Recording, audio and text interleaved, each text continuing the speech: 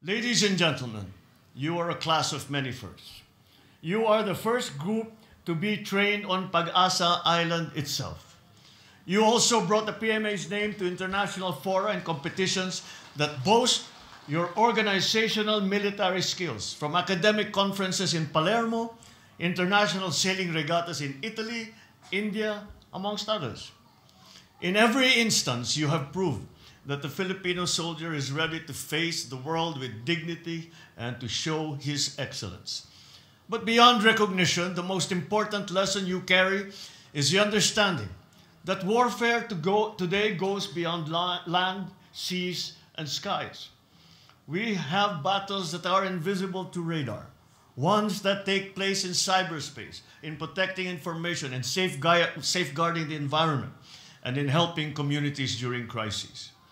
So physical strength and agility are no longer enough. What we need just as much are your mental sharpnesses and your compassion. Fortunately, your training now includes courses that were once unseen in the military academy: artificial intelligence, drone operations, strategic thinking, ethical leadership, amongst others. These are all important.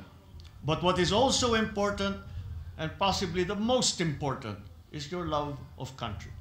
That is, an officer who knows how to love his or her country despite its flaws in a most sincere way. Our country needs men and women who put their country and others above themselves, who sacrifice for the good of all, and who overcome odds because they believe in the bright future ahead. Isa na pong halimbawa, si Cadet First Class Jesse Ticar Jr.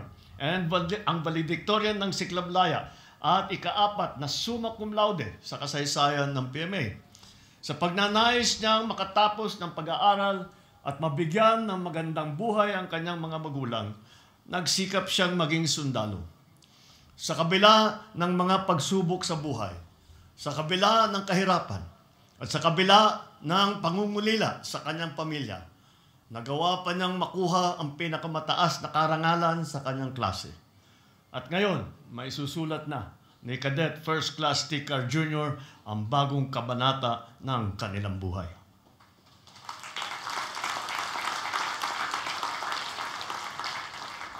Nais ko ring pasalamatan at batiin ang inyong mga magulang.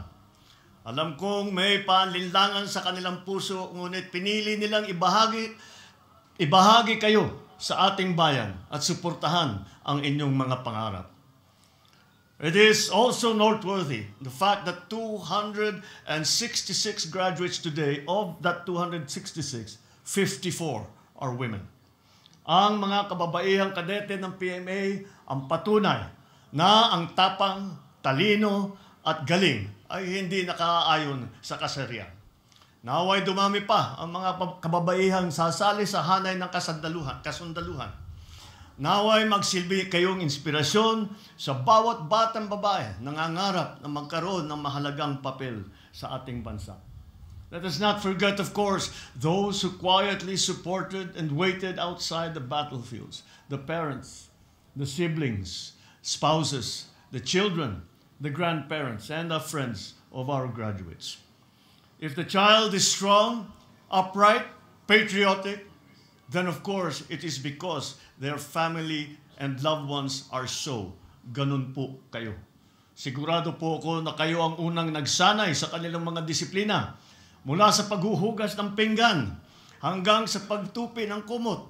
Kung tutusin, siguro bago pa kayo sumabak dito sa PMA, dumaan na kayo sa mas mahigpit at mas mahirap na bootcamp ni nanay at tatay sa bahay. You push them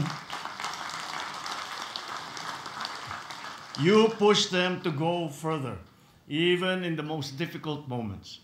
You understood that even when they had to cut off contact for weeks or months, you endured the distance and the lulling. In fact, with every award and medal that we give today, there is a corresponding sacrifice from you. Kaya sa inyo rin po ito. Saludo rin po ako sa inyo.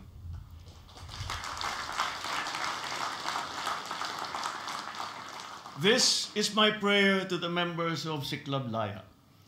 Wherever your duty may take you, May it be in the mountains, in the seas, or communities. Serve with dignity, serve with honor, serve with love. And I hope that when you are at your lowest, you will remember that you have your fellow Filipinos who are praying for you and are supporting you and are behind you. You have an entire nation that respects and wholeheartedly believes in you. Kayo ang mga bagong muka ng serbisyo ng kagitingan. Kayo ang bagong Pilipino na may disiplina, may husay, at may pagmamahal sa ating inang bayan. Muli, sa class of 2025, congratulations at maraming salamat sa pagpili ninyong maninilbihan.